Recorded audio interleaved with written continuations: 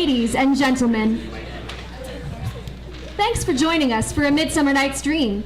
Actors have been memorizing their parts at home since May, and they've spent the last 6 days figuring out blocking and choreography.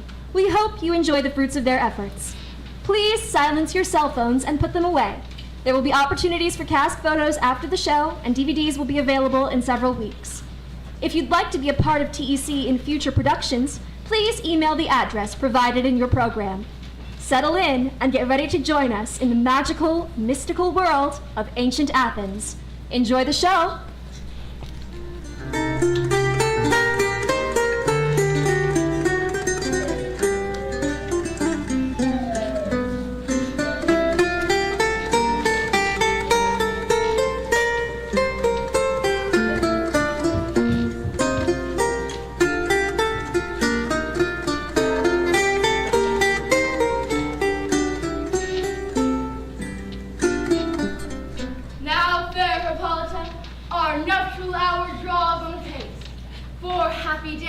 Another moon, but oh, methinks how slow this old moon wanes. 4 days will quickly steep themselves in night. 4 nights will quickly dream away the time, and then the moon, like to a silver bow, new bent in heaven, shall behold the night of our solemnities. Go, Philostrate, stir up the Athenian youth to merriment, awake the pert and nimble spirit of mirth. Hippolyta, I wooed thee with my sword, and won thy love doing thee injury. But I will wed thee in another key, with pomp, with triumph, and with reveling. Happy be Theseus, our renowned Duke. Thanks, Aegeus. What's the news with thee? Full of vexation come I, with complaint against my child, my daughter Hermia. Stand forth, Demetrius. My noble lord, this man hath my consent to marry her. Stand forth, Lysander. And my gracious Duke, this man hath bewitched the bosom of my child. Thou, Lysander, thou hast given her rhymes and interchanged love tokens with my child. Thou hast by moonlight at her window sung, with feigning voice, verses of feigning love, and stolen the impression of her fantasy, with bracelets of thy hair, rings, gauds, conceits, knacks, trifles, nosegays, sweetmeats, messengers of strong prevailment in unhardened youth. With cunning hast thou filched my daughter's heart, and turned her obedience, which is due to me, to stubborn harshness. And my gracious Duke, be it so, she will not hear, before your grace, consent to marry with Demetrius? Then I beg the ancient privilege of Athens. As she is mine, I may dispose of her, either to this gentleman or to her death, according to our law, immediately provided in that case. What say you, Hermia? Be advised, fair maid, to you your father should be as a god. Demetrius is a worthy gentleman.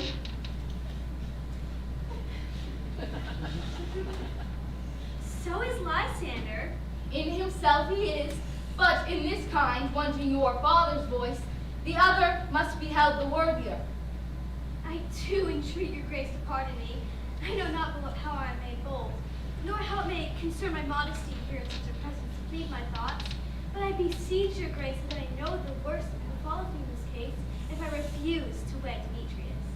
Either to die the death, or abjure forever the society of men.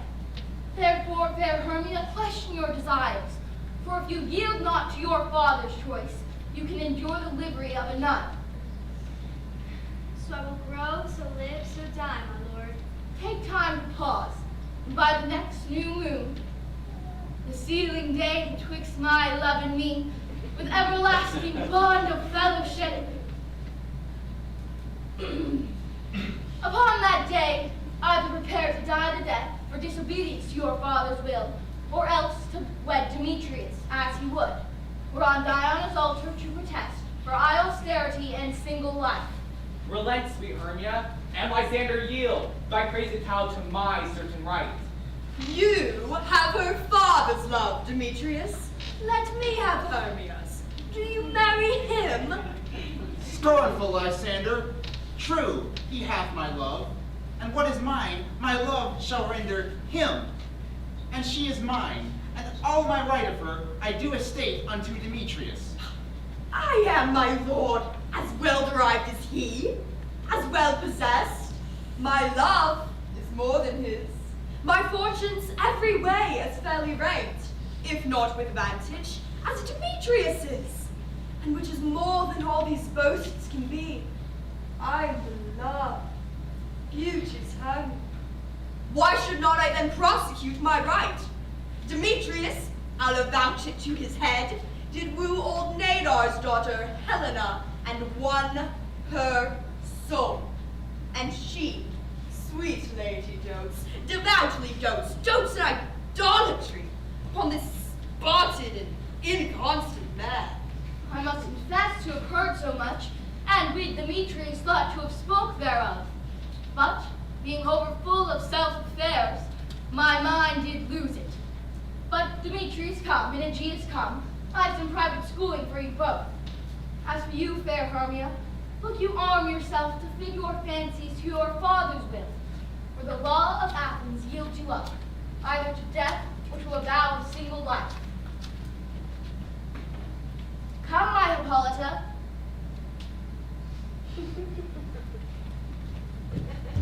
What cheer, my love?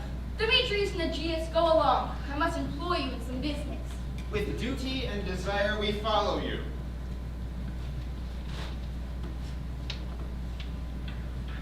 Come now, my love. Why is your cheek so pale? How chance the roses there do fade so fast? You lack for want of rain, which I could well be seen them from the tempest in my eyes. Ay me, for all that I could ever read, could ever hear by tale or history, the course of true love never did run smooth. Swift as a shadow, short as any dream, brief as the lightning in the collided night. And there a man hath power to say, behold, the jaws of darkness do devour it up. So quick bright things come to confusion. If then true lovers been ever crossed, it stands as an edict in destiny. Then let us teach our trial patience, because it is a customary cross, as real love is thoughts and dreams and sighs. A good persuasion. Therefore hear me, Hermia. I have a widow aunt, a dowager, of great revenue, and she hath no child. From Athens is her house remote 7 leagues, and she respects me as her only son.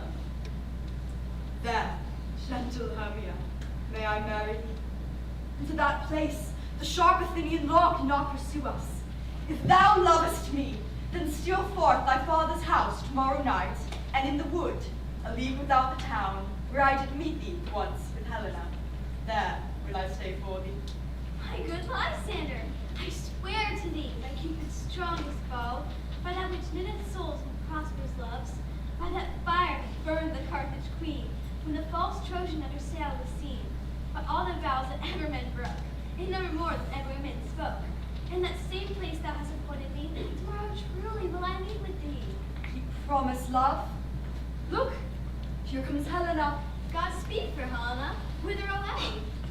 Call you me fair? That fair again unsay, Demetrius loves your fair. Oh, happy fair! Sickness is catching. Oh, were favor so, yours would I catch, fair Hermia, ere I go. My ear should catch your voice, my eye your eye, my tongue should catch your tongue's sweet melody. Oh, teach me how you look, and with what art you sway the motion of Demetrius's heart. I frown upon him, yet he must be still. Oh, that your frowns would teach my smile such skill. I give him curses, yet he gives me love. Oh, that my prayers could such affection move. The more I hate, the more he follows me. The more I love, the more he hateth me. His folly, Helena, is no fault of mine. None but your beauty. Would that fault were mine. Take comfort. He no more shall see my face. Lysander and myself will fly this place. Before this time I did Lysander see, seemed Athens as a paradise to me. Oh then, put graces in my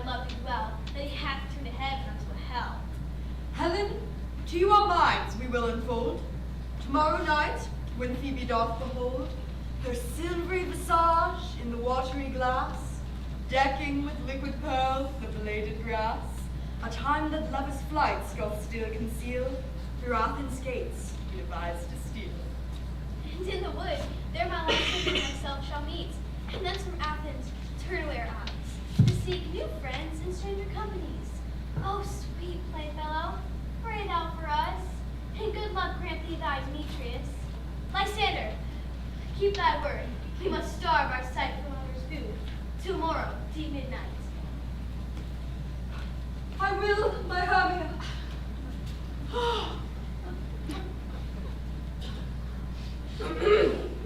Helena, adieu. As you on him, Demetrius dote on you. How happy some, or other some may be. Throughout Athens I have thought as fair as she. But what of that? Demetrius thinks not so. He will not know all, but he do know. And as he errs, doting on Hermia's eyes, so I, admiring of his qualities. Love looks not with the eyes, but with the mind. And therefore is winged Cupid painted blind. And therefore is love said to be a child, because in choice he is so oft beguiled. For ere Demetrius looked on Hermia's eye, he hailed down oaths that he was only mine. And when this hail some heat from Hermia felt, so it dissolved, and showers of oaths did melt. I will go tell him of fair Hermia's flight. Then to the woods will he tomorrow night pursue her. And for this intelligence, if I have thanks, it is a dear expense. But herein I mean to enrich my pain, to have his sight, thither and back again.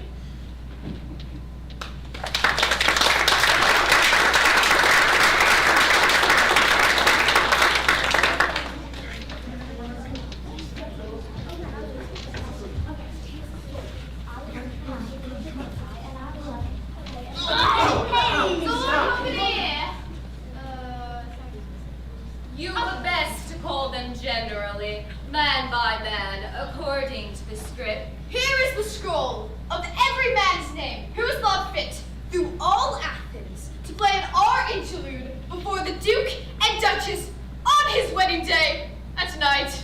First, good Peter. Is it Peter? Peter Quince. Say what the play treats on, then read the names of the actors, and so grow on to a point. Mary, our play is the most lamentable comedy and cruel death of Pyramus and Thisbe. A very fine piece of work, I assure you, and merry. Now, good Peter, Peter Quince, call forth your actors by the scroll. Masters, spread yourselves. Enter as I call you. Nick Bottom, the weaver. Ready. Name what part I'm for. Pyramus. And proceed. You, Nick Bottom, are set down for Pyramus. What is Pyramus? A lover or a tyrant? A lover who kills himself most gallant for love. That will ask for some tears in the true performing of it. If I do it, I'm doing it. Let the audience look to their eyes. I will move storms. I will condole in some measure. To the rest. Francis Flute. Yet my chief humor is for a tyrant. I can play Heracles rarely, or part Terracat in, to make all split.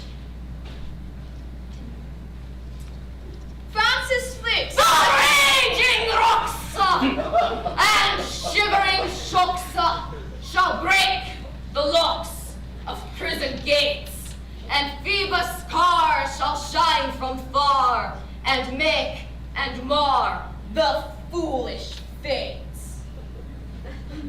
This was lofty. Now, name the rest of the players. Francis Flute, the bellows mender. Here, Peter Quince. Flute, you must take Thisbe on you. What is Thisbe? A wandering knight?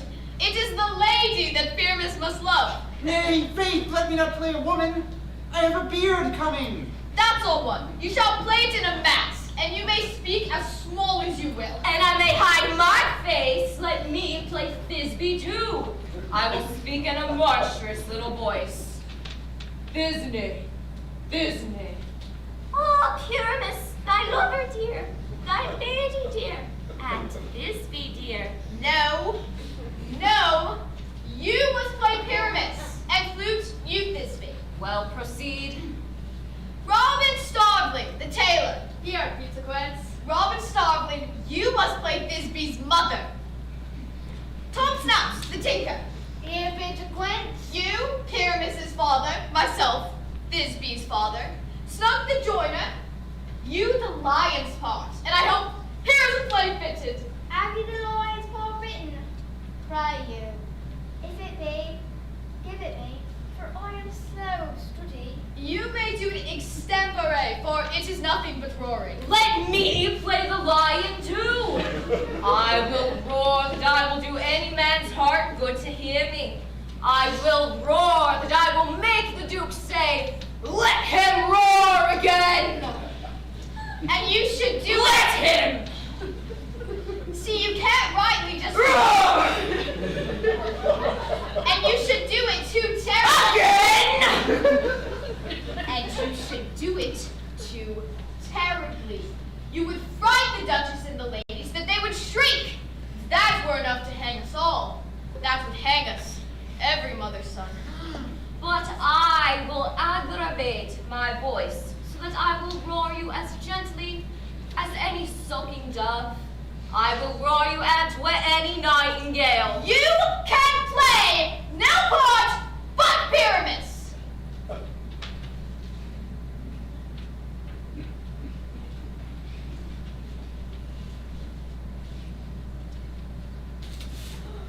But Pyramus is a sweet-faced man, a proper man, as one should see in the summer's day, a most lovely, gentleman-like man.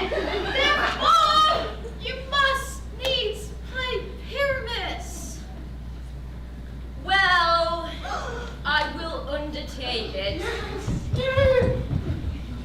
What beard were I best to play it in? Why, what you will. I will discharge it in either your straw-colored beard or your French brown-colored beard, your perfect yellow. See, some of your French crowns have no air at all, and then you will play barefaced.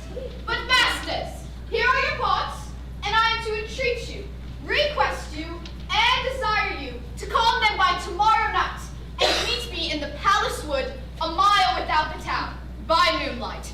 There shall we rehearse, for if we meet in the city, we shall be dogged with company, and our device is known. In the meantime, I will draw a bill of properties, such as our play wants.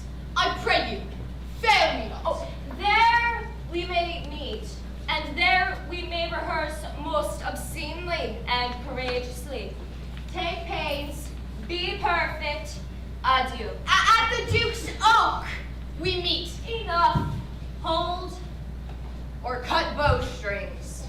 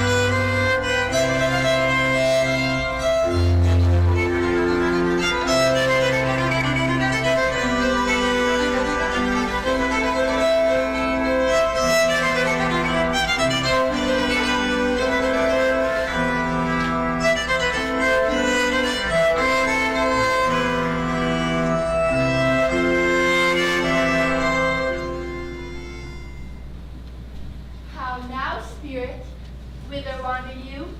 Over hill, over dale, through brush, through briar, over park, over pale, through flood, through fire. I do wander everywhere, swifter than the moon's sphere, and I serve the fairy queen to do her orbs upon the green. I must go seek some dewdrops here, and hang a pearl in every cowslip's ear. Farewell, thou lava spirits, I'll be gone. Our queen and all our elves, come here anon.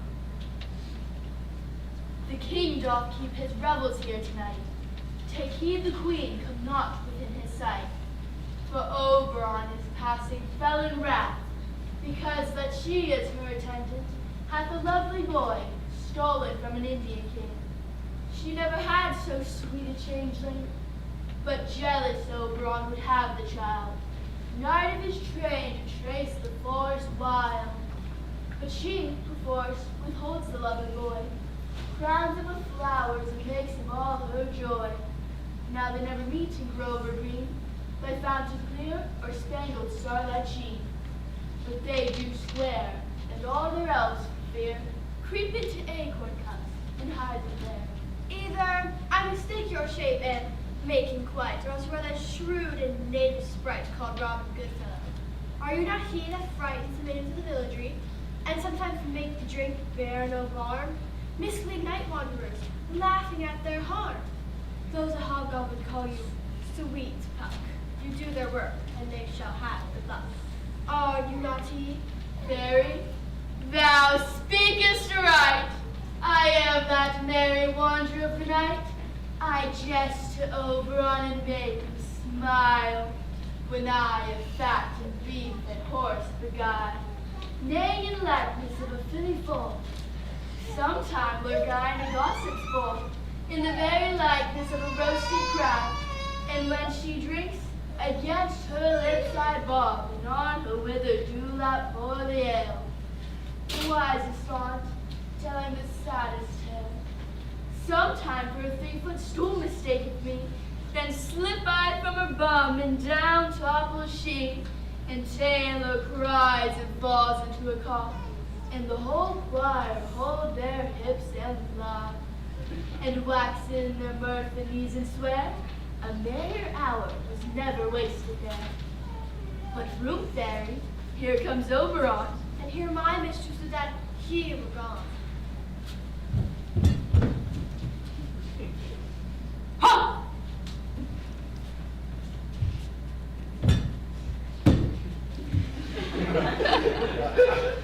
Ill met by moonlight, proud Titania. What? Jealous? Oberon? Very skip hence! I have forsworn his bed and company! Tarry, rash wanton! Am I not thy lord? Then I must be thy lady. Why art thou here, come from the farthest step of India?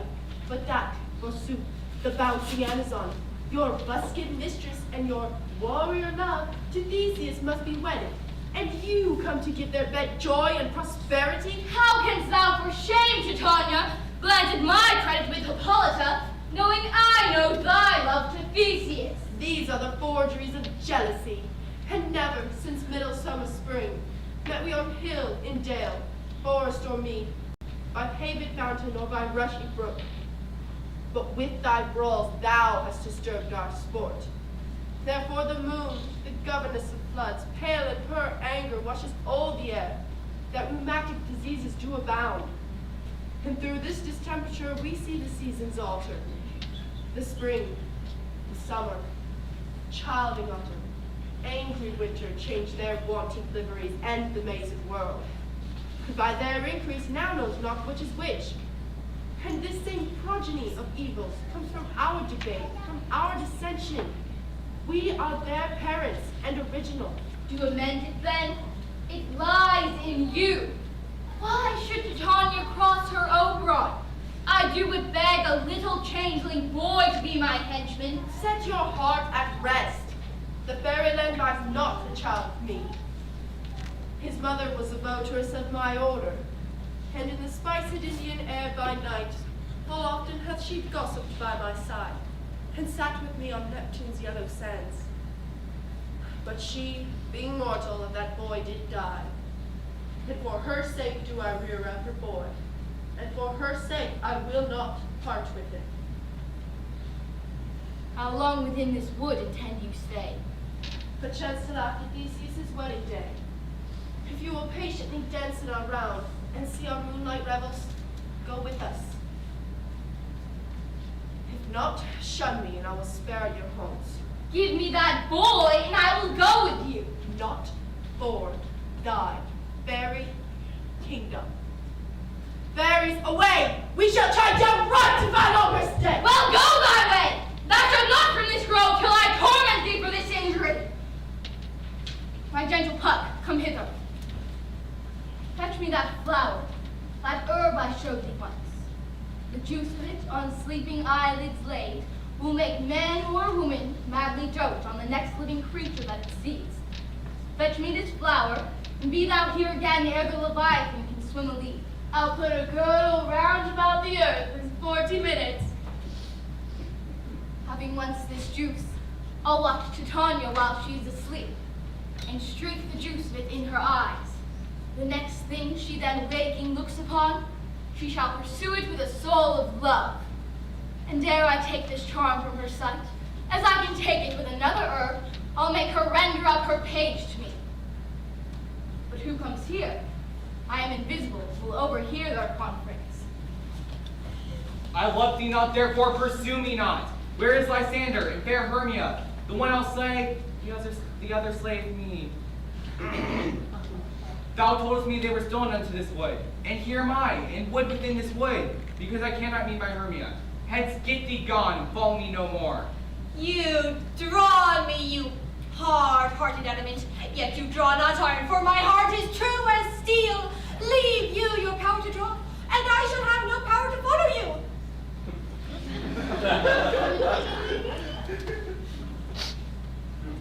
Do I entice you? Do I speak you fair? Or rather, do I not in plain truth tell you that I do not nor cannot love you? And even for that do I love you the more.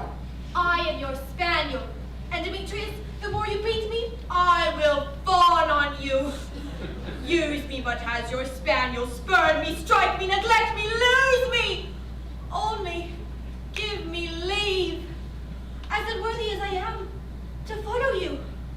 What worser place can I beg in your love, and yet a place of high respect in me, than to be used as you use your dog?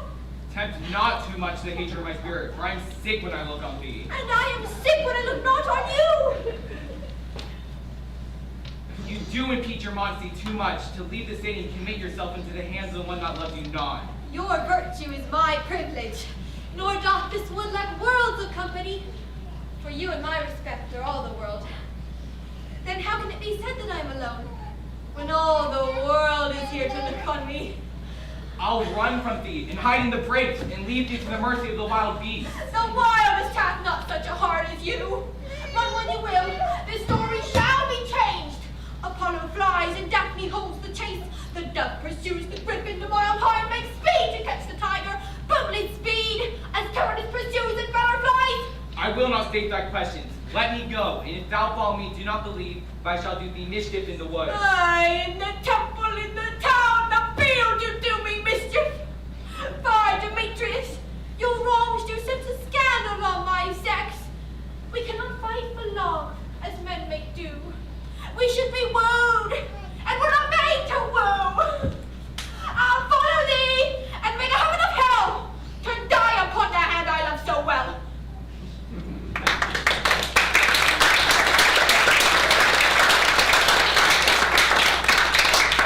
Fare thee well, nymph. Ere he do leave this grove, thou shalt fly him, and he shall seek thy love. Hast thou the flower there? Welcome, wanderer. Aye, there it is. I pray thee give it me. I know a bank where the wild thyme blows, where oxlips and the nodding violet grows. Height over canopied with luscious woodbine, with sweet musk roses and eglantine.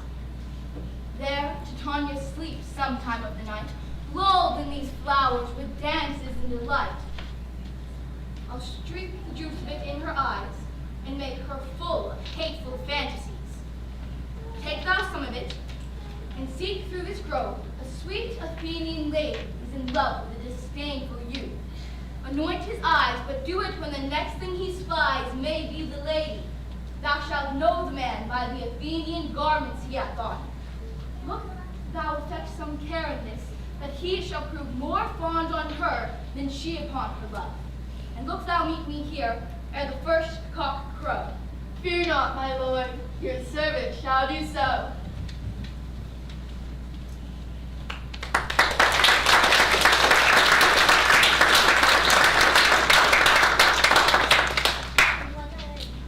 Come now around on the fairy song. Then for the third part of a minute hence, some to kill cankers for their musk rosebuds, some war with air mice for their leathern wings, to make my small elves coats, and some keep back the clamorous owl that nightly hoots and wonders at our quaint spirits. Sing me now asleep, then to your offices, and let me rest. If Sparta sleeps with double tongue, for yet drugs be not seen, mutes and blind birds do no wrong. Come, but hear our fairy queen, Philomel with melody, singing our sweet lullaby. La la la la lullaby, la la la lullaby. Never harm nor spell nor charm, our lovely lady night. So good night with lullaby.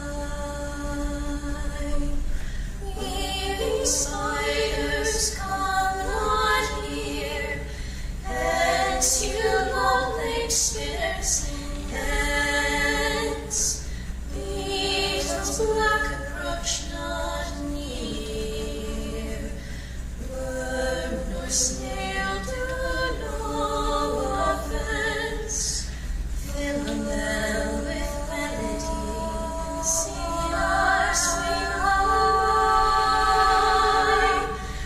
La la la lullaby, la la la lullaby. Never harm nor spell nor charm, our lovely lady night. So good night with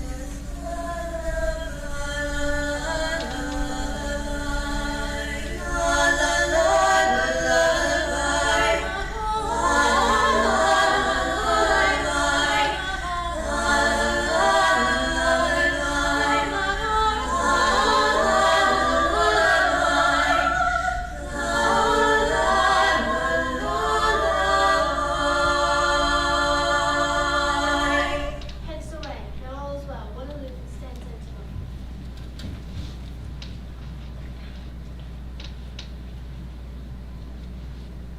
Hoo-hoo! Hoo-hoo!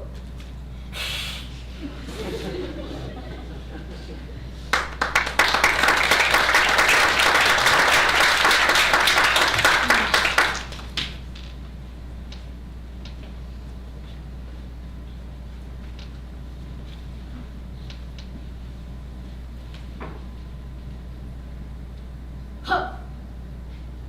What thou seest when thou dost wake, do it for thy true love take. Love and languish for his sake. In thy eye that do appear when thou wakest, it is thy dear. Wake when some vile thing is near. Oh!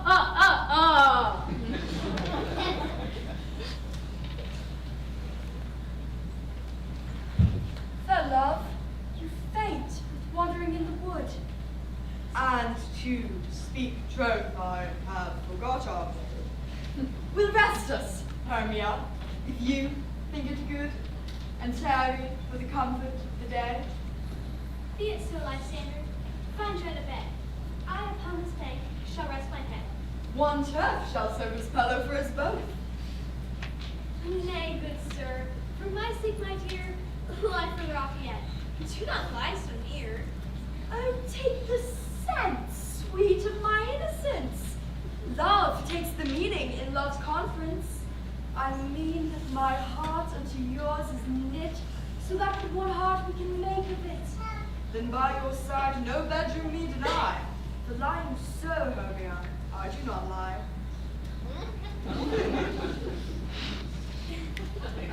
Lysander riddles very prettily. Now, much be sure my manners my pride, if Hermia meant to say that Lysander lied. But, gentle friend, for love and courtesy, lie further off yet in human modesty. Such separation, as may well be said, becomes a virtuous bachelor and a maid. So far be distant, and good night, sweet friend. My love here altar, till thy sweet life ends. Amen, amen to that fair prayer, say I. Then end life when I am loyalty. Here is my bed. Sleep give thee all his rest. With half that wish, the wisher's eyes be pressed.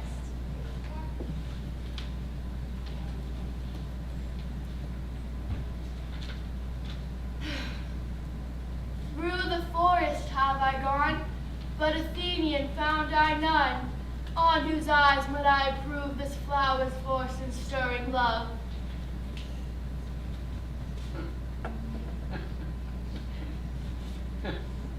Night and silence! Who is here? Weeds of Athens he doth wear.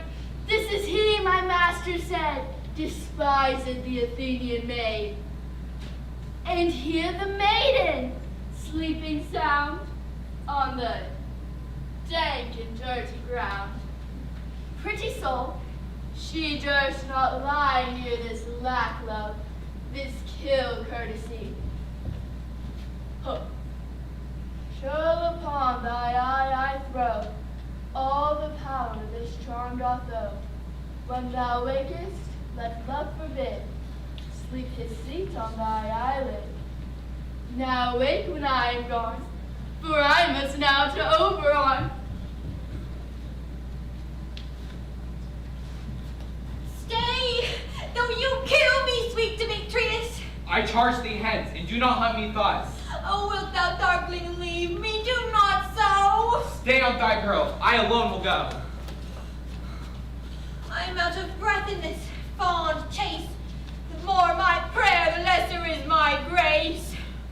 Happy be Hermia, wheresoe'er she lies, for she hath blessed and attractive eyes. How came her eyes so bright? Not with salt tears. If so, mine eyes are oftener washed than hers. No, no, I am as ugly as a bear. For beasts that meet me run away for fear. But who is here? Lysander? On the ground? Dead? Or asleep? I see no blood, no wound. Lysander, if you live, good sir, awake. And run through fire I will for thy sweet sake. Transparent Helena, nature shows off that through thy bosom makes me see thy heart. Where is Demetrius? Oh, how fit a word is that vile name to perish on my sword. Do not say so, Lysander. Say not so. What though he love your Hermia, Lord, what though? Yet Hermia still loves you, so be content. Content with Hermia? No. I do repent the tedious minutes I with her have spent. Not Hermia, but Helena I love. Who will not change a raven for a dove? The will of man by his reason is swayed, and reason says you are the worthier maid. Wherefore was I to this keen mockery born? When at your hands did I deserve this scorn? Is't it enough, young man, that I can never, no, nor never can, deserve a sweet look from Demetrius's eye, yet you must flout my insufficiency? Good troth, you do me wrong, good sooth you do, in such disdainful manner me to woo. But, fare you well. Perforce I must confess I thought you lord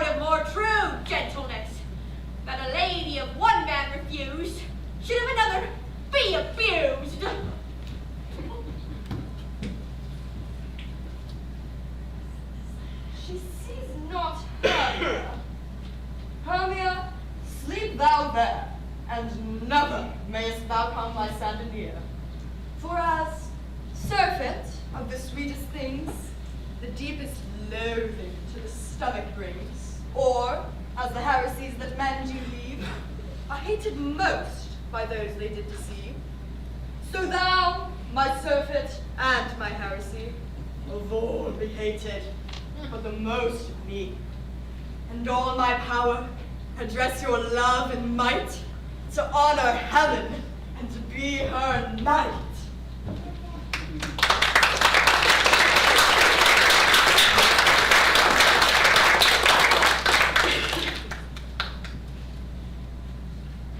Lysander! Help me! Lysander! Do thy best to pluck this crawling serpent from my breast.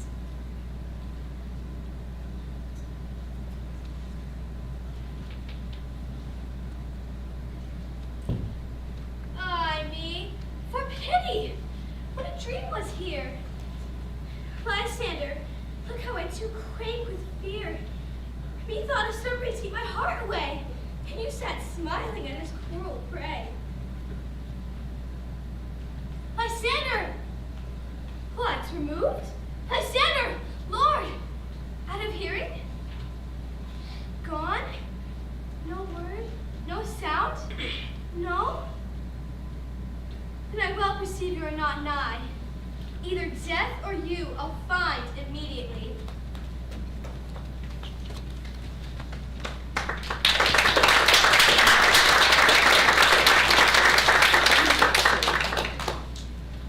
Are we all met?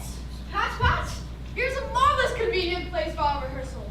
This green plot shall be our stage, and this hawthorn brake our tiring house, and we will do it in action as we will do it before the Duke. First, good Peter, What sayest thou, Bully Bottom? there are things in this comedy of Pyramus and Thingy that will never please.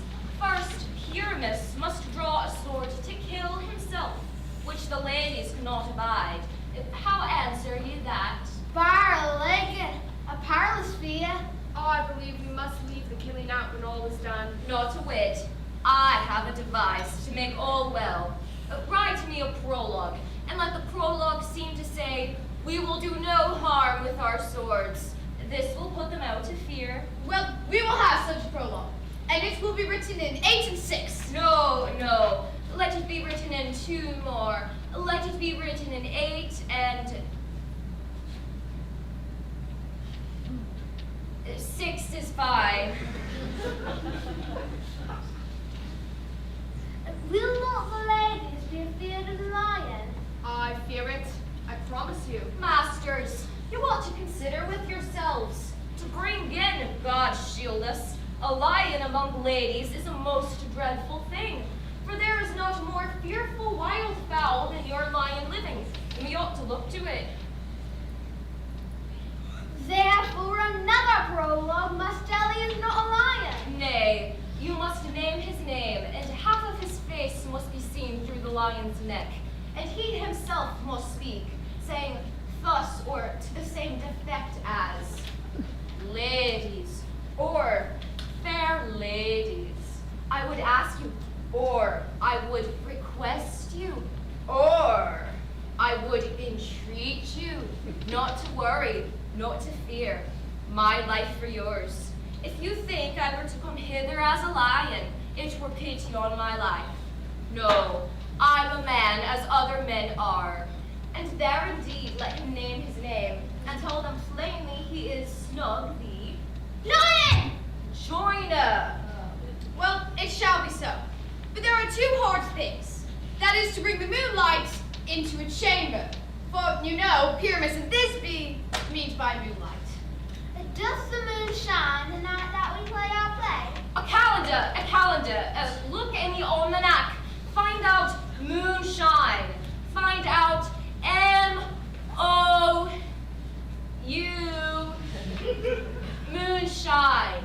Yes! It does shine that night! Why, then you mean leave the casement of the great chamber window where we play open, and the moonlight may shine down into the chambers. Aye, or else one must come in with a lanthorn and a bush of thorn, and say he comes to disfigure or to present the person of moonshine. But then there is another thing. We must have a wall in the great chamber, for Pyramus and Thisbe, as the story says, talk through the chinkable wall. You can never bring in a wall. What say you, Mom? Some man or other must present wool, and let him have some plaster or some rough cast about him to signify wool, and let him hold his fingers thus, and through this cranny it shall Pyramus and Thisbe whisper. Well, if that may be, then all is well. Come, every mother's son, and rehearse your parts. Pyramus, you begin. Once you have spoken your speech, enter into that break, and so everyone according to his kin. What hempen homespuns have we swaggering here, so near the cradle of the fairy queen? What, a play toward?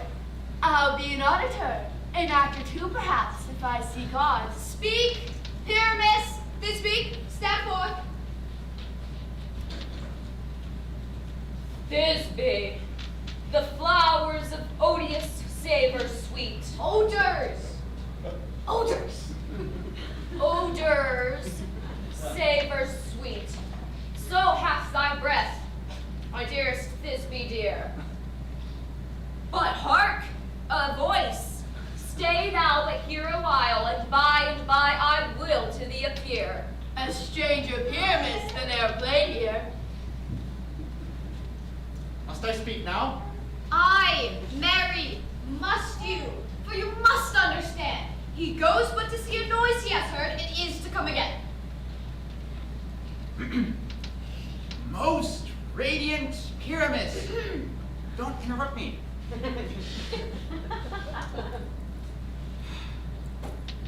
Most radiant Pyramus. Stop interrupting.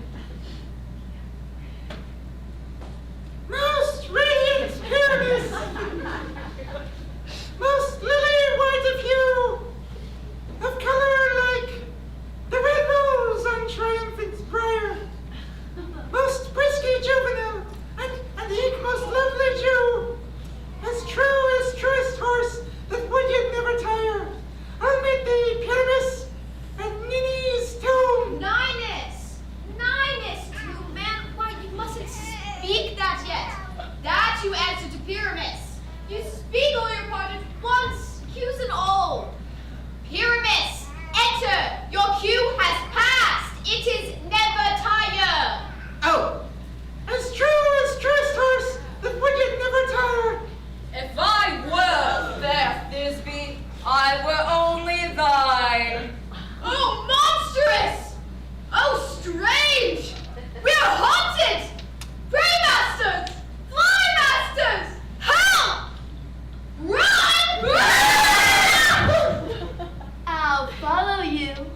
I'll lead you about around. Through bog, through bush, through brake, through briar. Sometime a horse I'll be, sometime a hound. A hog, headless bear, sometime a fine. And neigh and bark and grunt and roar and burn. Horse, hound, dog, bear, fire at every turn.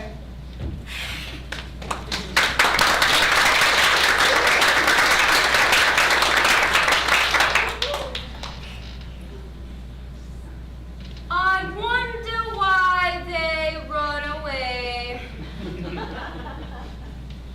This is a knavery of them to make me afeard. Oh, Bob, thou art changed. What do I see of thee? What do you see? Why, you see an ass head of your own, do you? Oh, bless thee, Bottom! Bless thee! Thou art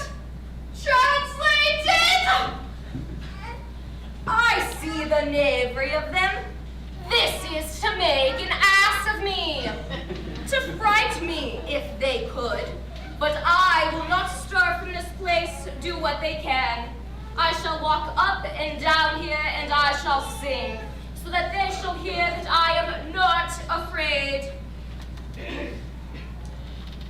The ousel cock so black of hue, with orange tawny bill, the throstle with his note so true, the wren with little quill.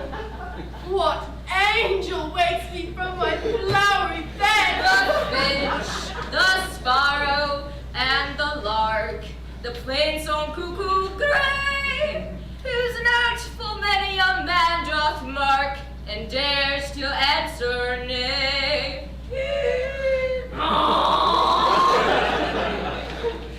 I pray thee, gentle mortal, sing again! The ousel cock so black. Mine ear is much enamored of thy note, so is mine eye enthralled to thy shape, and thy fair virtue's force perforce doth move me, from the first view, to say, to swear, I love thee.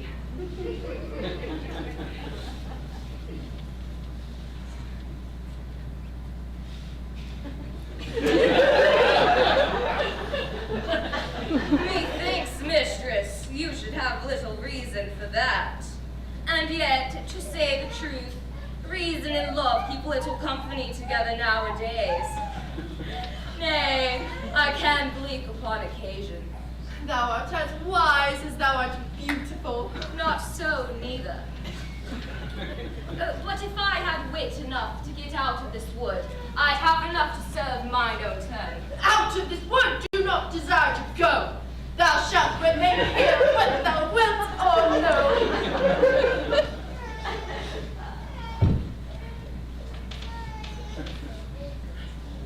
I am a spirit of no common rate. The summer still doth tend upon my estate, and I do love thee. Therefore go with me. I'll give thee fairies to attend on thee. They shall fetch thee jewels from the deep, and sing while thou on crescent flowers dost sleep. And I will purge thy mortal grossness, so that thou shalt like an airy spirit go.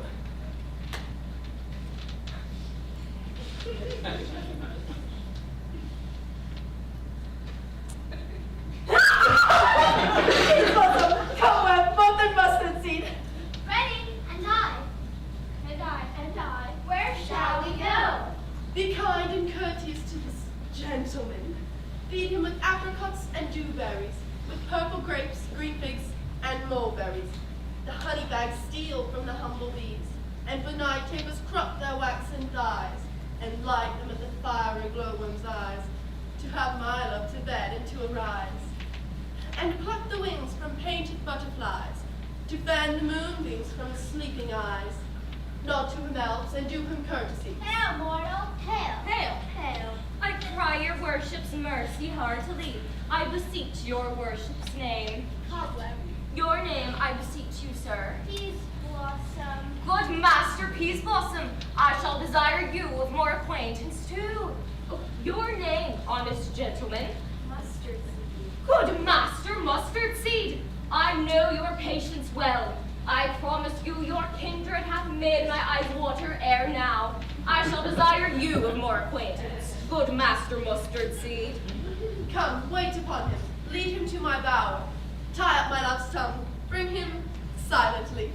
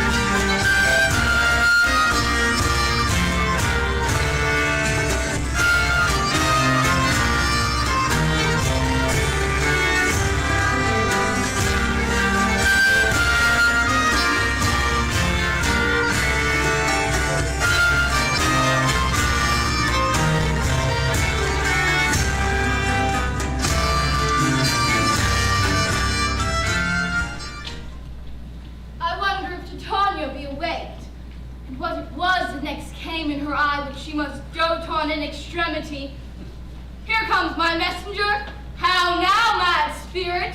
My mistress with a monster is in love. Near to her close and consecrated bower, while she was in her dull and sleeping hour, a crew of patches, rude mechanicals, that worked for bread upon Athenian stalls, were met together to rehearse a play intended for the great Theseus' nuptial day. The shallowest thick-skinned of that barren sort, who Pyramus presented in their sport, forsook his scene and entered into a brake, and I did him of that advantage take. An ass's knoll I fixed it on his head, anon his Thisbe must be answering, and forth my mimic comes, that when they him spy, as wild geese that the creeping fowler eye, sever themselves and madly sweep the sky, so at his sight away his fellows fly. I led them in this distracted fear, and left sweet Pyramus translated there. So in that moment, as it came to pass, Titania waked and straightway loved and asked, Ha ha ha! This falls out better than I could devise. But hast thou lashed the Athenian's eyes, as I bid thee do? I took him sleeping, that is finished too, and the Athenian woman by his side, so when he waked, of course she must be eyed. Stand close. This is the same Athenian. This is the woman, but not this the man. Oh, why rebuke you him that loves you so? Oh, lay breath so bitter on your bitter foe. Now I but chide, but I should use thee worse. For thou, my fear, hast given me cause to curse. If thou hast slain thy sinner in his sleep, being o'ershoes in blood, plunge in the deep and kill me too. For the sun is not so true unto the day as he to me. Would he have stolen away from sleeping Hermia? It cannot be that thou hast murdered him. So should the murderer look, so dead, so grim. So should the murdered look, and so should I, pierced through the heart with their stern cruelty. And yet you, the murderer, look as bright, as clear, as yonder Venus in her glimmering spear. What's this to my bystander? Where is he? Good Demetrius, wilt thou give him me? I'd rather give his carcass to my hounds. Out, dog! Out, cur! Thou hast dragged me past the bounds of maiden's patience! Hast thou slain him then? Henceforth he never numbered among men. Oh, once, tell true, even for my sake. You spend your passion on a misprized mood. I am not guilty of Lysander's blood, nor is he dead for aught I can tell. I pray thee, tell me then that he is well. And if I could, what could I get there for? A privilege never to see me more, and from thy hated presence part I so. See me no more, whether he be dead or no. There is no falling from this fierce vein. Here, therefore, for a while I will remain. Huh! What hast thou done? Thou hast mistaken quite, and laid the love juice on some true love's sight. Of thy misprision perforce ensue, some true love's turned, and not a false turn true. Then fatal rules that one man holding troth, a million fail, confounding oath on oath. About this wood go swifter than the wind, and Helena of Athens look thou fine. All fancy sick she is, and pale of cheer, with sighs of love that cost the fresh blood dear. By some illusion look thou bring her here. A charm as I, yet she do appear. I go, look how I go, swifter than an arrow from the Tartar's bow. Huh. Flower of this purple dye, hit with Cupid's archery, sink an apple of his eye. When his love he doth espy, let her shine as gloriously as the Venus of the sky. When thou wakest, if she be near, beg of her for remedy. Captain of our fairy band, Helena is here at hand. And the youth mistook by me, pleading for a lover's fee. Shall we their fond pageant see? Lord, what fools these mortals be! Stand aside. The noise they make will cause Demetrius to awake. Then we'll two at once woo one. That must needs be sport alone. And most things do best please me that befall preposterously. Why should you think that I should woo and scorn? Scorn and derision never come in tears. Look, when I vow, I weep, and vow so born in their nativity, all truth appears. You do advance your cunning more and more. When truth kills truth, thou devilish holy Phradius, thou are Hermias. Will you give her o'er? Weigh oath with oath, and you will nothing weigh. I had no judgment when to her I swore. Nor none in my mind. Now you give her o'er. Demetrius loves her, and he loves not you. Oh, Helena. Goddess, nymph, perfect, divine, to what my love shall I compare thine eye? Oh, spite! Oh, hell! I see that you're all bent against me for your merriment. Can you not hate me, as I know you do? But you must join in souls to mock me too? If men you are, as men you are in show, you would not use a gentle lady so. You both are rivals, and love Hermia, and now both rivals to mock Helena. You are unkind, Demetrius. Be not so. For you love Hermia, this you know I know. And here, with all goodwill, with all my heart, in Hermia's love, I yield you up my part. And yours with Helena, to me bequeath, whom I do love and will do to my death. Never did mockers waste more idle breath. Lysander, keep thy Hermia, I will none. If e'er I loved her, all that love is gone. My heart to Hermia has guessed my sojourn, and now to Helena it is home returned, there to remain. Helen, it is not so. This broad is not the face thou dost not know. Look where thy love comes, yonder is thy dear. Thou art not by mind's eye, Lysander found. My ear I thank it, brought me to thy sound. But why unkindly didst thou leave me so? Why should he stay? Whom love doth press to go. What love could press Lysander from my side? Lysander's love, that would not let him bide fair Helena, who more in guild the night than all yon fiery O's and eyes of light. You speak not as you think. It cannot be. Lo, she is one of this confederacy. Now I perceive they have joined all three to fashion this false sport in spite of me. Injurious Hermia, most ungrateful maid, have you conspired? Have you with these contrived to bait me with this foul derision? I am amazed at your passionate words. I scorn you not. It seems you scorn me. Have you not said Lysander as a scorn? So follow me and praise my eyes and face, and made your other love Demetrius, who even but now did spurn me with his foot to call me goddess, nymph, divine, and rare? I understand not what you mean by this. I do. Whose ever counterfeit sad looks make mouths upon me when I turn my back. But fare you well. 'Tis partly my own fault, which death or absence shall soon remedy. Stay, gentle Helena. Hear my excuse.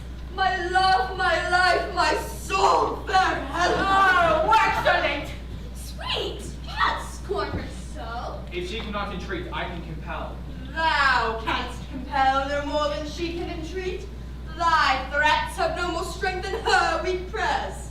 Helen, I love you. By my life, I do. I say I love thee more than he can do. If thou say so, withdraw and prove it too.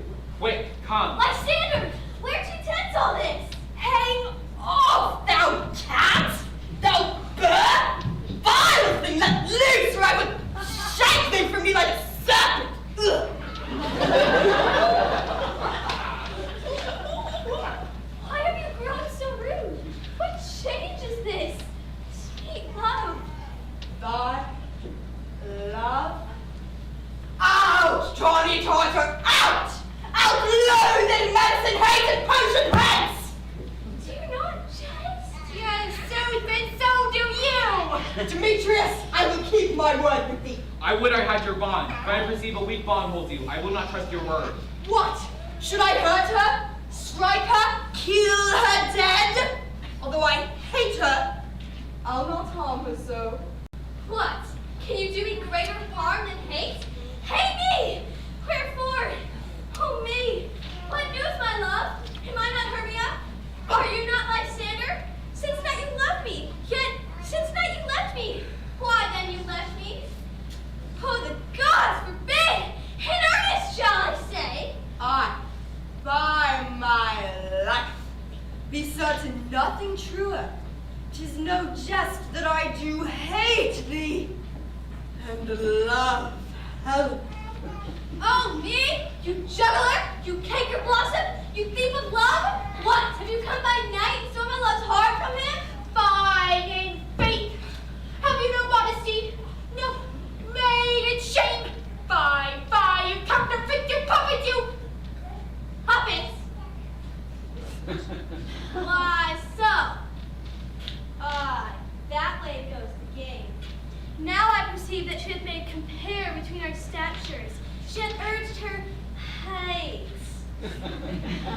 And with her personage, her tall personage, her height forsooth, she hath prevailed with him. How low am I, thou painted maypole? Speak! How low am I? I am not yet so low, but that my nails can reach to thine eye! Hey, you don't me, though you mock me, let her not hurt me! You may think that because she is something lower than myself, that I can match her lower! Harm again! Be not afraid! She shall not harm thee, Helena.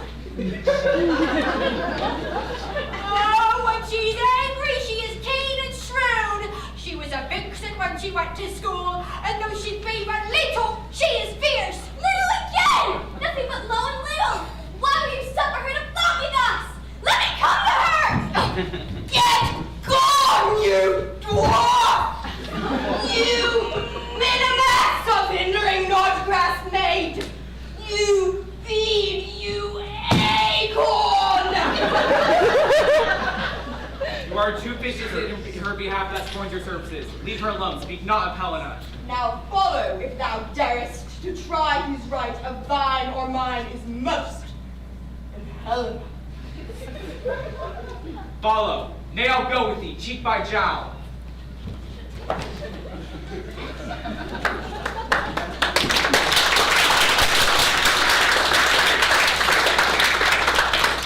Mistress? Oh, this coil is long of you. Nay, come not back. I will not trust you, I no longer stay in your cursed company. Your hands are quicker than mine for a fray. My legs are longer, though, to run away.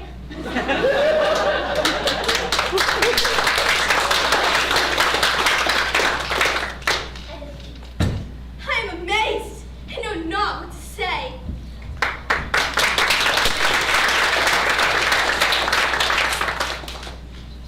This is thy negligence, and still thou mistakest.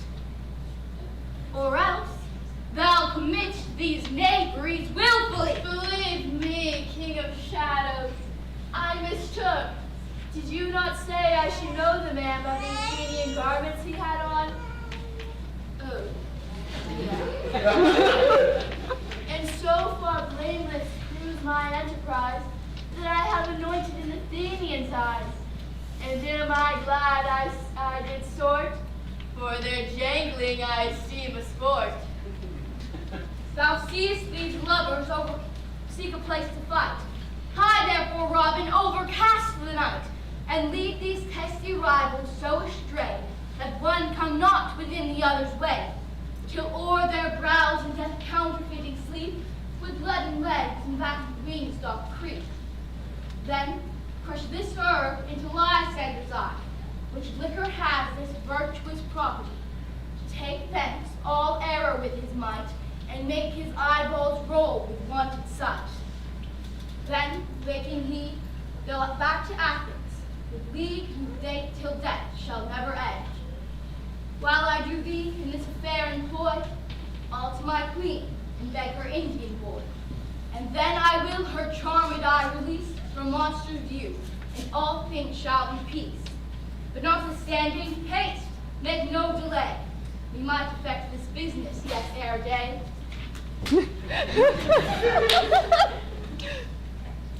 Up and down, up and down. I will lead them up and down. I am feared in field and town. Goblin, lead them up and down. Here comes one. Demetrius! Where art thou, proud Demetrius? Speak thou now. Hail, villain, drawn and ready. Where art thou? I will be with thee straight. Follow me then to plainer ground.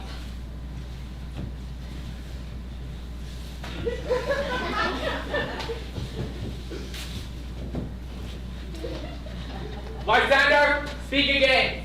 Thou runaway, thou coward, art thou fled? Thou coward, art thou bragging to the stars, telling the bushes that thou lookest for wars and wilt not come?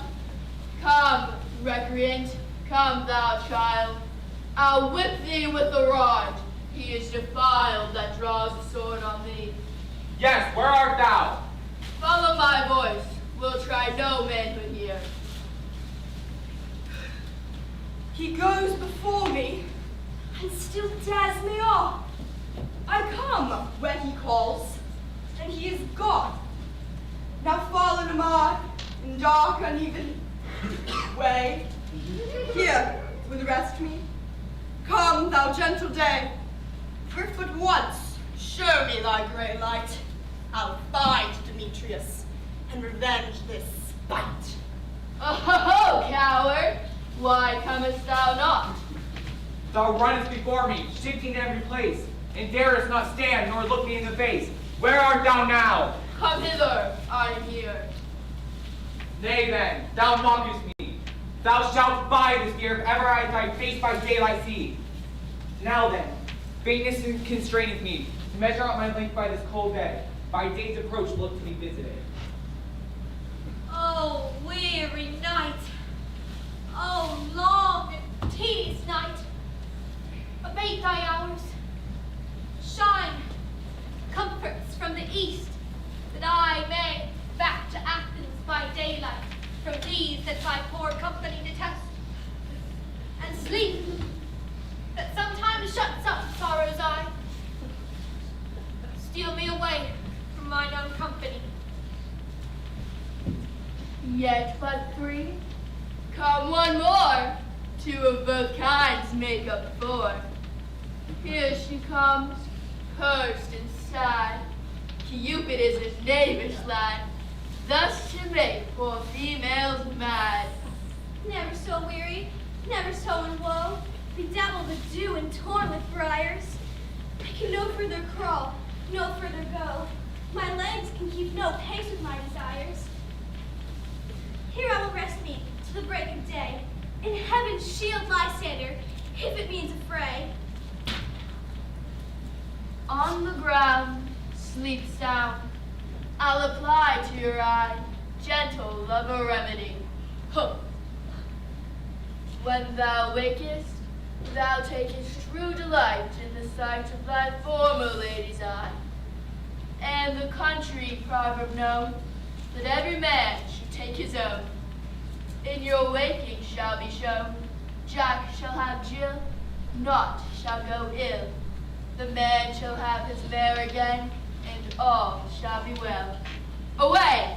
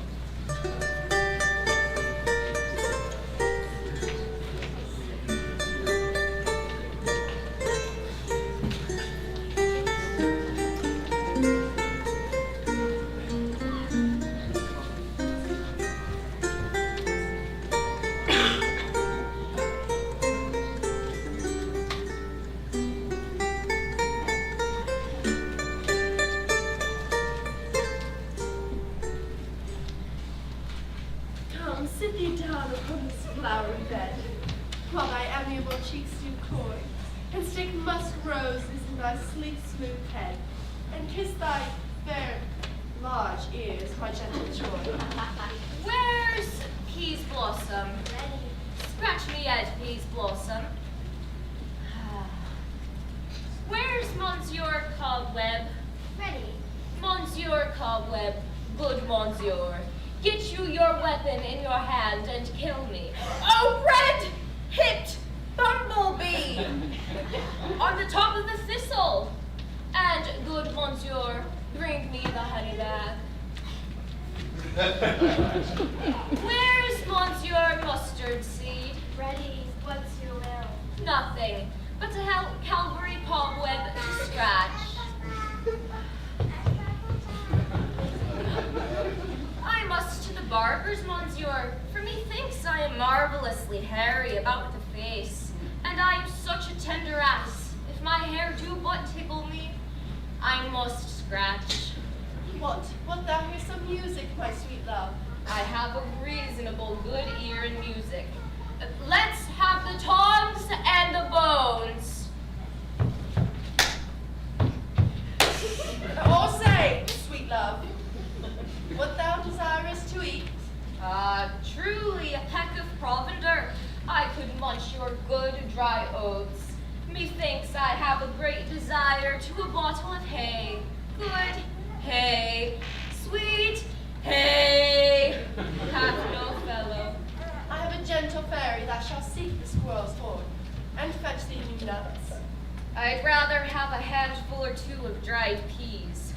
But I pray you, let none of your people stir me. For I have an exposition of sleep come upon me. Sleep thou, and I will wind thee in my arms. Fairies, be gone, and be always away. Oh, how I love thee, how I dote on thee.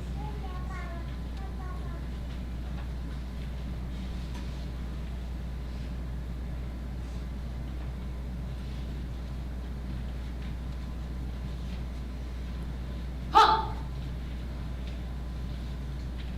Welcome, Robin. Seest thou this sweet sight? Her dotage now I do begin to pity. For seeing her of late behind this wood, I did ask of her changeling child, which straight she gave me. Now I have the boy, I will undo this hateful imperfection of her eyes. And gentle Puck, take this transformed scalp off the head of this Athenian swain, that he, awakening when the others do, may back to Athens again repair, and think no more of this night's vexation, but as its fierce dream. But now I will release the fairy queen. Hup! Be as thou wast wont to be. See as thou wast wont to see. Now, my Titania, wake you, my sweet queen.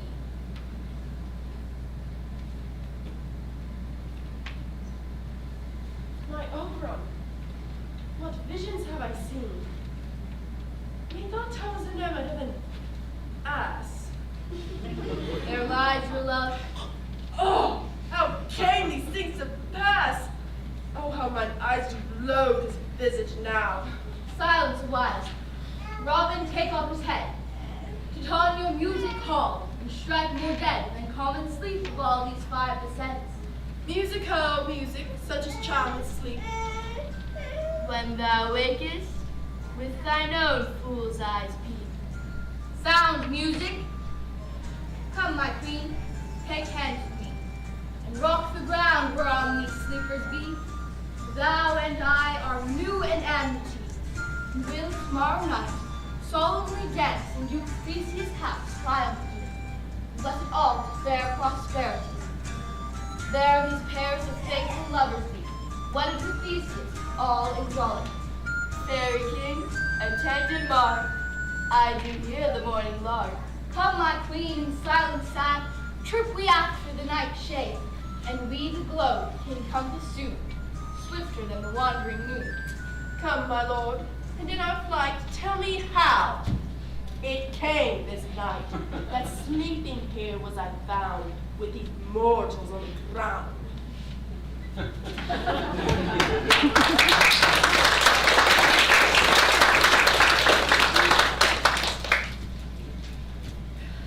my cue comes, call me and I will answer. My next is most fair pyramid.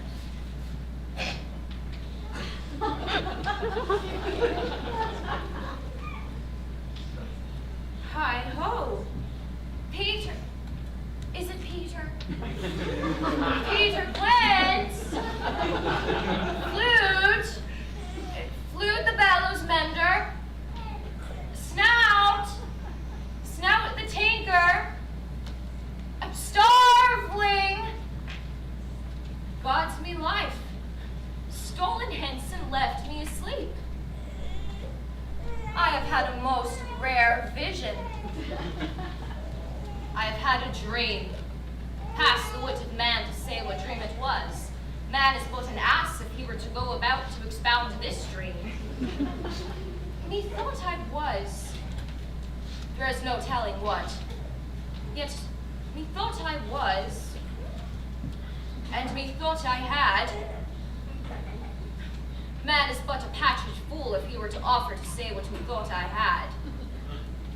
The eye of man hath not heard, the ear of man hath not seen, man's hands not able to taste, his tongue to conceive, nor his heart to report what my dream was. I shall have Petruchio. That's the wrong play, isn't it? I shall have Peter Quince to write me a ballad of the stream, and it shall be called Bottom's Dream.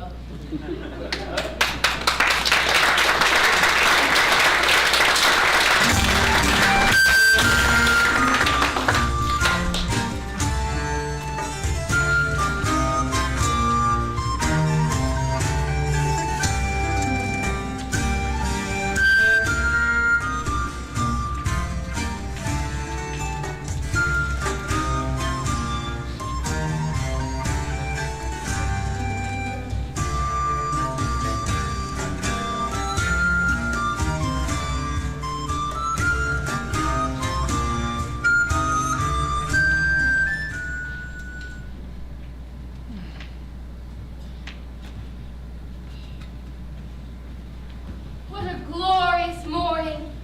You know, my love, all these lands belong to me. Go, Philostrate, find out the forester, for now our observation is performed. My love shall hear the music of my hounds, and we will up to the mountain tops and mark the new local confusion of hounds and echo in conjunction. I was with Hercules and Cadmus once, when in the wood of Crete they bade the bear with the hounds of Sparta. I never heard so musical a discord, such sweet thunder. My hounds are bred of Spartan kind. But soft, what nymphs are these? My lord, this is my daughter lying here asleep. And this Lysander, and this Demetrius is. And this Helena, old Nadar's Helena. I wonder if they're being here together. No doubt they rose up early to observe the rite of May. But speak, Aegeus, is not this the day that Hermia should give answer to her choice? It is, my lord. Go, bid the huntsmen wake them with their horns.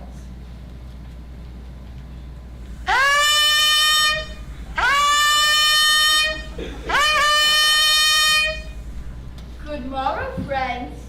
St. Valentine is past. Begin the wood birds but to couple now. Pardon, my lord. I pray you all stand up. I know you two are rival enemies. How cometh this gentle concord, that hatred is so far from jealousy, to sleep by hate and fear no enmity? I shall reply amazingly, my lord. Half sloop, half waking, but as yet I swear, I cannot truly say how I came here.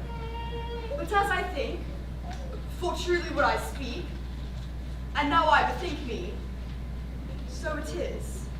I came with Hermia hither. Our intent was to be gone from Athens, where we might, without the peril of Athenian law. Enough! Enough, my lord, you have enough! I beg the law upon his head. They would have stolen away. They would, Demetrius, thereby to have defeated you and me. You of your wife, and me of my consent that she should be your wife. My lord, fair Helena told me of their stealth, of their purpose hither to this wood, and I am here hither followed them, and Helena fancied following me. But my lord, I will not by what power, but by some power it is, my love to Hermia melted as the snow, and now my heart, the object and pleasure of my eye, is only to Helena. To her where I betrothed my lord, ere I saw Hermia. But like in sickness did I loathe this food, but as in health came my natural taste. Now I do wish it, love it, and will forevermore be true to it.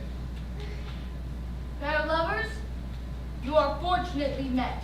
Aegeus, I will overbear your will, for in the temple by and by, may these pairs of lovers be eternally knit. For now the morning is something worn. Our purposed hunting shall be set aside. Away with us to Athens, 3 and 3. We'll hold a feast in great solemnity. Come, my Hippolyta.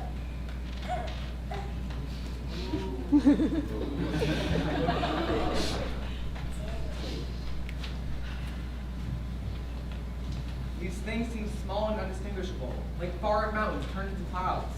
Methinks I see these things with parted eye, when everything seems double. So methinks, and I have found Demetrius like a jewel, mine own and not mine own. Are you sure that we are awake? It seems that yet we sleep, we dream. Do you think the Duke was here and bid us follow? Yea, in my father. And Hippolyta, And he bid us follow to the temple. Why then it seems we are awake. Let us follow him. By the way, let's recount our dreams.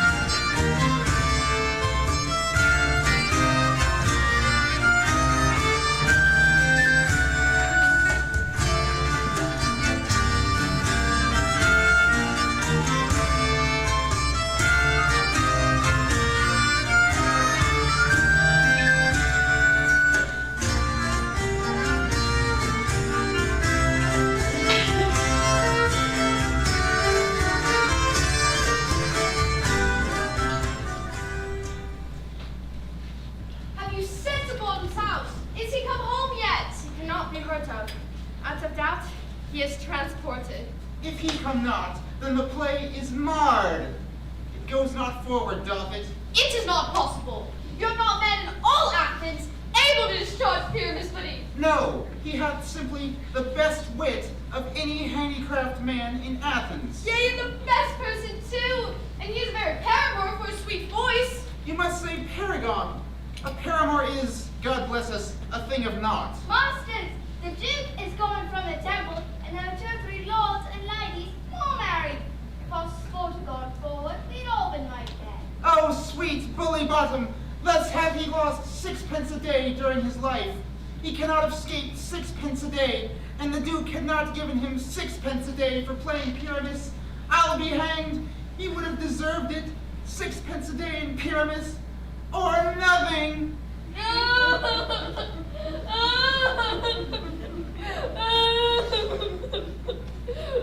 Where are these lads? Where are these hearts? Oh, it's like I can hear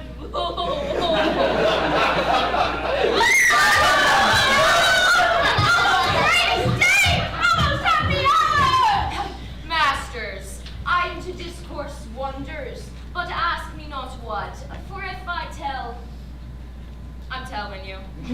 I am no true Athenian. Let us hear, sweet bottom. Not a word of me. All that I will say is that our play is preferred.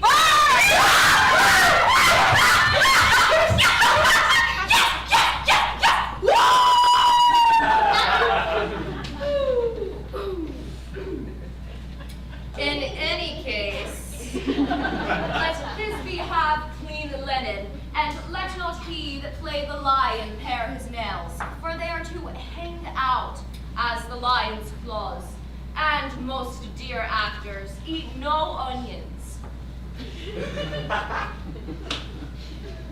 nor garlic, for we are to utter sweet breath, and I do not doubt but to hear them say it is a sweet comedy. Now no more words. Away! Let's go away!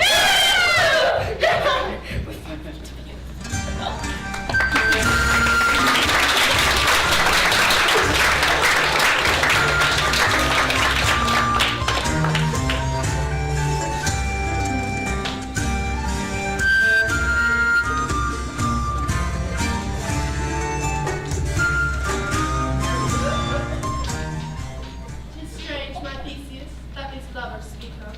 More strange than true. I never may believe these antique fables, nor these fairy toys.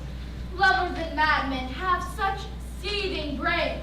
But told the story of the night told over, and all their minds transfigured so together. More witnesseth than fancy's images, and grows to something of great constancy, but, howsoever, strange and admirable. Here come the lovers, full of joy and mirth. Joy, gentle friends! Joy and fresh days of love await you. Come, what masks, what dances shall we have to wear away this long time of 3 hours? Call Philostrate! Here, my Theseus. Oh. Come, what abridgments have you? What masks, what music? How shall we beguile this lazy time, if not with some delight? There is a brief how many sports are ripe. Make choice of which your highness will see first. The battle with the centaurs, to be sung by an Athenian eunuch to the harp. We'll none of that. That I have told my love in glory of my kinsman Hercules. The 3 thrice muses, mourning for the death of Virgil, laid deceased in beggary. That is some satire, keen and critical, not suiting for a nuptial ceremony. A tedious, brief scene of young Pyramus and his love Thisbe, very tragical mirth. Tedious and brief, merry and tragical, this is hot ice and wondrous strange snow. Come, how shall we find out the concord of this discord? A play there is, my lord, some 10 words long, which is as brief as I have known a play. But by 10 words, my lord, it is too long, which makes it For in all the play, there is not one word apt, one player fitted. And tragical, my noble lord, it is. For Pyramus thereon doth kill himself, which, when I saw rehearsed, I must confess, made mine eyes water. But more merry tears the passion of loud laughter never shed. And what are they that do play it? Hard-handed men that work in Athens here, which never labored in their minds till now. And we will hear it. No, my noble lord, it is not for you. For I have heard it over, and it is nothing, nothing in the world, unless you can find sport in their intents. Extremely stretched in con with cool pain to use service. We will hear that play, for never anything can be amiss when simpleness and duty tender it. Go, bring them in, and take your places, ladies.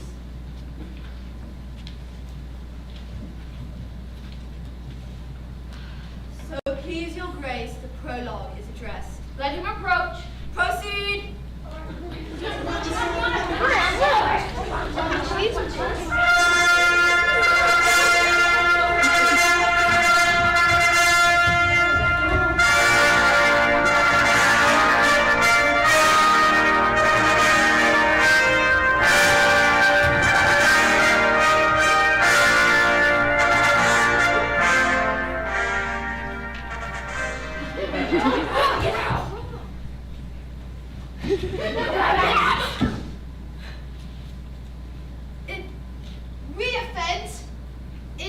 with goodwill. That you should think that we come not to offend, but with goodwill. To show our simple skill, that is the true beginning of our end. Consider that we come but in despite. We do not come as minding to content you our true intent is. All for your delight we are not here. That you should here repent you. The actors are at hand, and by their show you are to know all that you are like to know.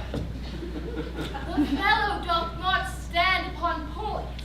He hath read his prologue like a rough colt. He knows not the stop. Indeed, he hath played on his prologue like a child on a recorder. A sound, but not in government. His speech is like a tangled chain, all impaired, but nothing is ordered. Who is next? Tittles! Perchance you wonder at this show, but wonder on till truth make all things plain. This man is Pyramus, if you would know. This beauteous lady, this he is certain. This man with lime and rough cast doth present wall. That vile wall which did these lovers sunder, and through wall's chink, poor souls, are they content to whisper, at the which let no man wonder. This man, with lanthorn, dog, and bush of thorn, presented moonshine. For it was by moonshine did these lovers think no scorn to meet at nighness to, there to woo, this grisly beast.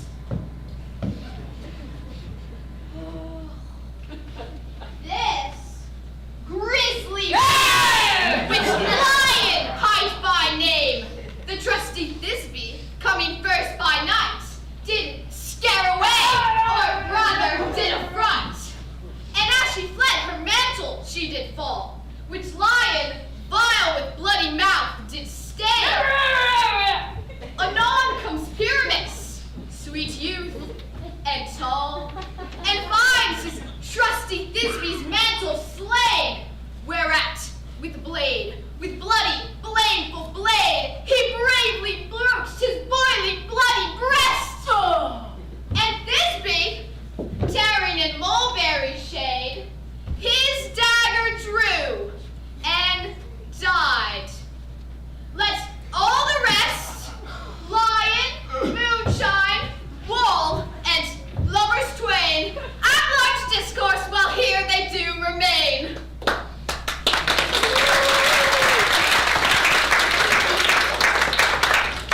I wonder if the lion be to speak. No wonder, my lord, for one line name when many asses do.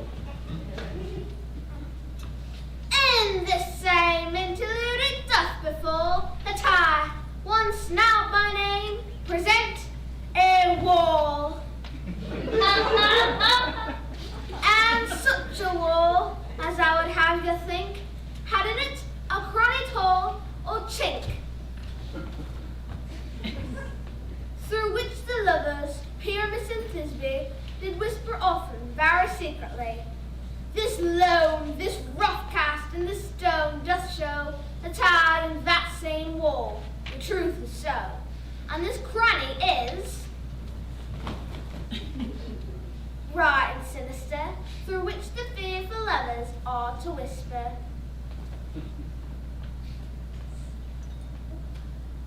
Would you desire lime and hair to speak better? It is the wittiest partition the near I heard discourse. Pyramus draws near the wall. Silence. Oh, grim-looked night! Oh, night, with hues so black! Oh, night, whichever art when day is not! Oh, night! Oh, night! Alack! Alack! Alack! Alack! Alack! Forgot. I know I forgot. Please forgot. Thisby's promise is forgot, and thou, O wool,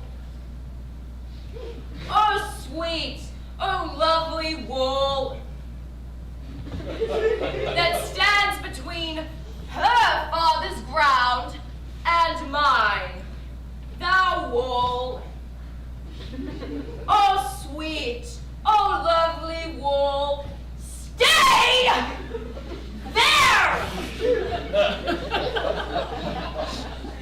Show me thy chink to blink through with mine eye.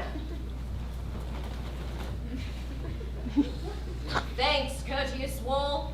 Jove shield thee well for this. But what see I? No Thisby do I see, O wicked wall, through whom I see no bliss. Cursed be thy stones for thus deceiving me. The wall, being sensible, should curse again. Oh, no, no, in truth, sir, he should not. You see, deceiving me is Thisby's cue. She is to enter now, and I to spy her through the wall. Oh, yonder she comes. Oh, wall. Oh, wall. Stop interrupting. Oh, wall. Full often hast thou heard my moans, purporting my fair paradise in me, my cherry lips. Have often kissed thy stones with lime and hair knit up in thee. I see a voice. Now I to the chink, and I can spy and hear my Thisby's face. Oh, Thisby! My love! Thou art my love! I think.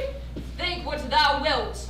I am thy lover's grace, and I, like Lymander, am I trusty still. And I, like Helen, till the fates me kill. Not Shafalus to Procris was so true. And Shepherless to Procris, I to you! Oh, kiss me through the hole of this vile wall. I kiss the wall's hole, not your lips at all. Wilt thou at Ninny's tomb meet me straight away? Ninus! Wilt thou at Ninus' tomb meet me straight away? Tide life, tide death, I come without delay. Thus have I, wall, my part discharged so, and being done, this wall away doth go.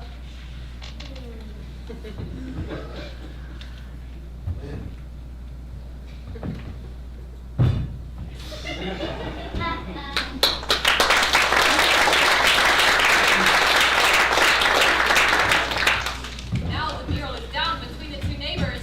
No remedy, my lord, when walls are so willing to hear without warning.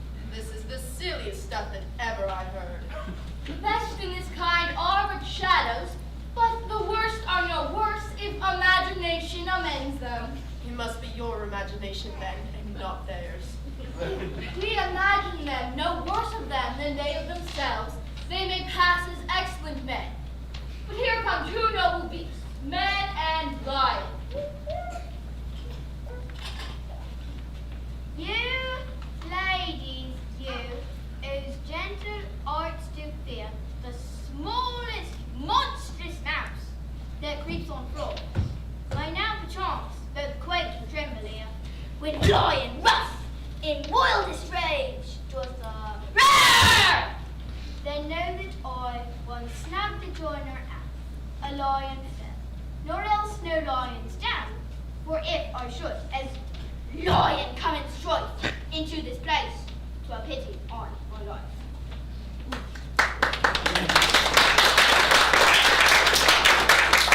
Very gentle beast and of a good conscience.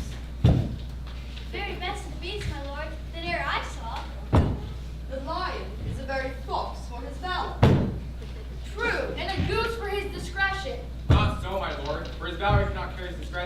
fox carries the goose. But I am sure his discretion cannot carry his valor, for the goose carries not the fox. But it is well. Leave it to his discretion, and let us listen to the moon. This lanthorn doth the horned moon present. He should have worn no horns on his head. He is no crescent, and his horns are invisible within the circumference. This lanthorn doth the horned moon present. Myself, the man in the moon, do seem to be. This is the greatest error of all the rest. The man should be put into the lanthorn. How else is he the man in the moon? He dares not go for the candle, for you see it is already snuffed. I am aweary of this moon. What he would change. It appears by his small lights of discretion that he is in the way. But in all courtesy and all reason we must stay the time. Proceed. All that I have to say is that this lanthorn is the moon, I the man in the moon, this thorn bush, my thorn bush, and this dog, my dog. Why, all these should be in the lanthorn, for all these are in the moon. But silence, here comes Thisbe.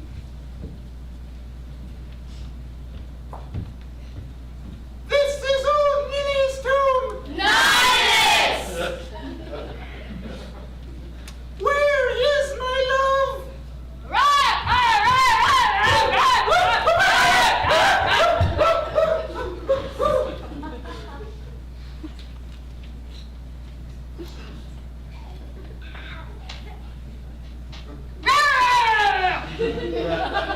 Roar, lion.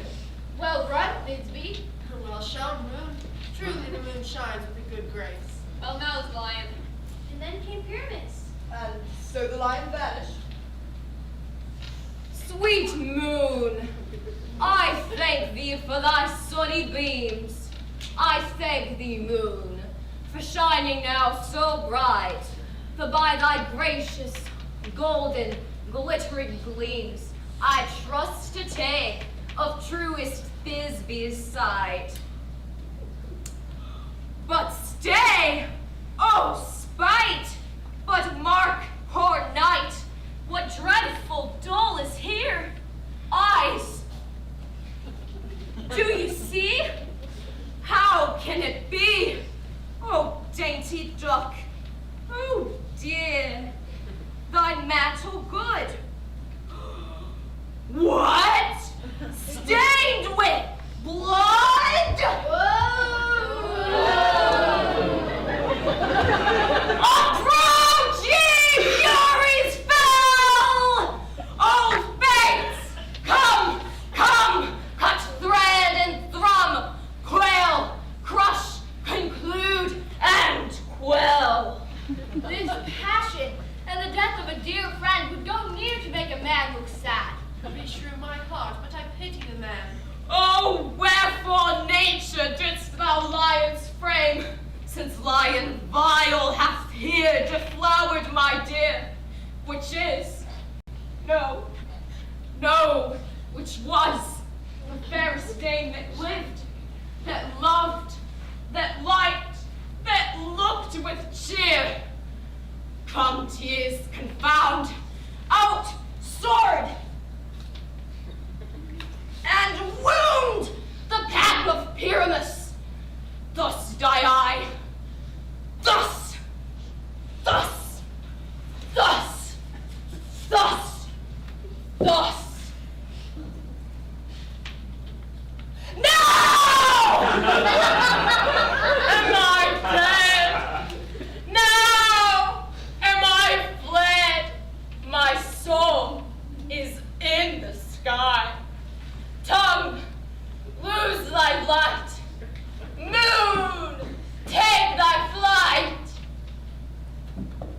Moon, take thy flight. Oh,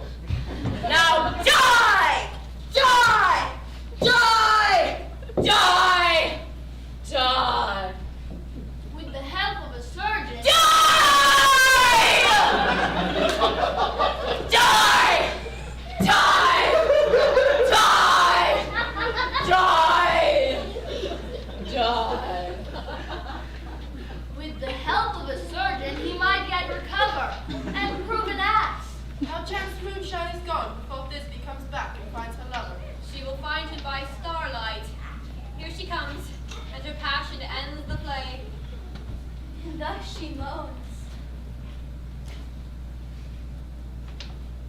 Asleep, my love. What? Dead, my dove. Oh, Pyramus, arise! Speak! Speak! Quite dumb. Dead! Dead! A tomb must cover thy sweet eyes. These lily lips, this cherry nose, these yellow cowslip cheeks are gone. Gone!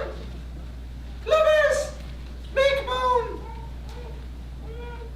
Lovers, make moan.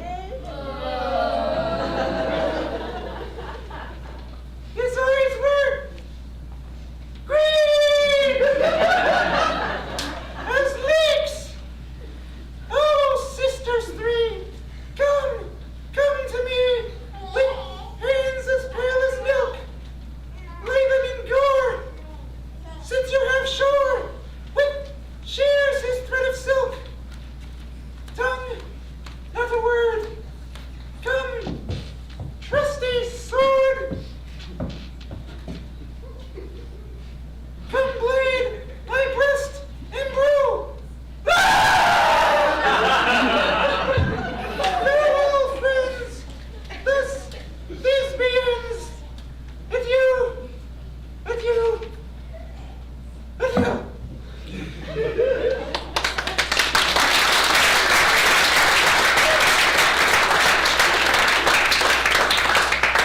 Moonshine and lion are left to bury the dead.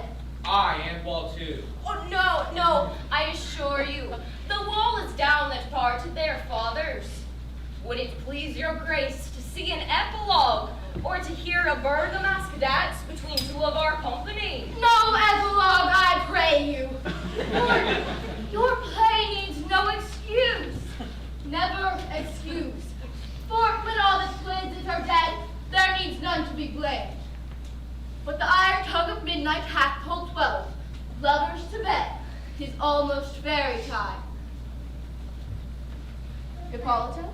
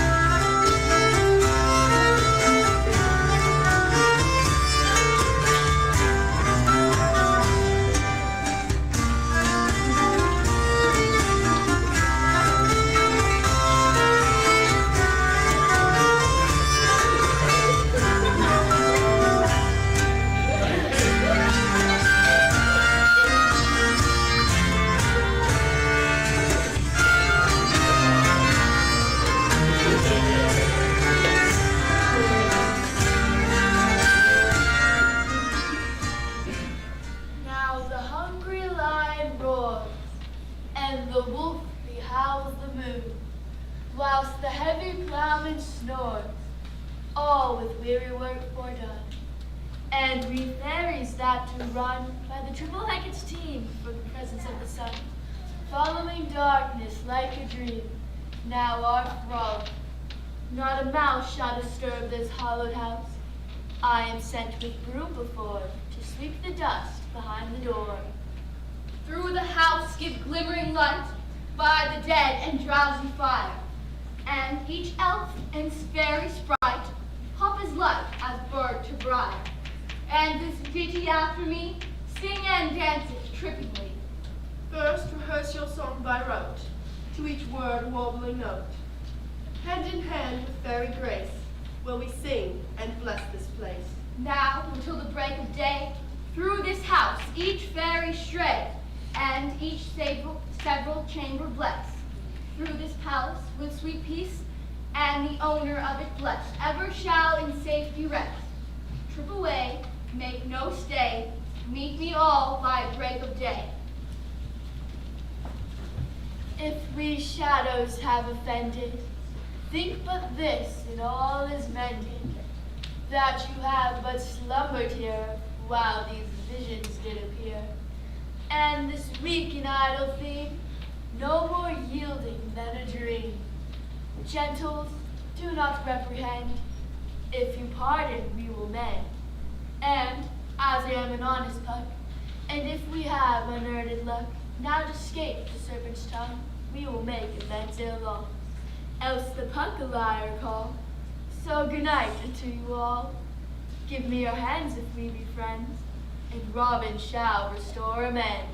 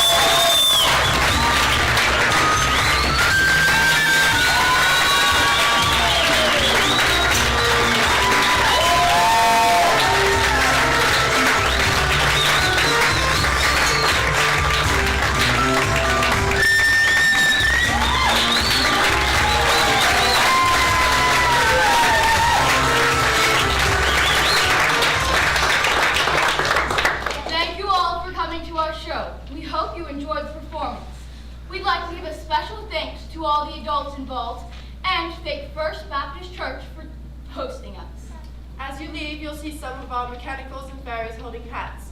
If you enjoyed the performance, please feel free to drop in a donation. Our group is a non-profit organization, so everything given is tax deductible and greatly appreciated. We will remain here for a while before heading back to Athens in case you would like to snap a photo of the cast or of your favorite cast member. Speaking of cast members, we would like to acknowledge two of our members who have had very special birthdays this week, Annalise and Sayla. We would like everyone to sing happy birthday to them. Happy birthday.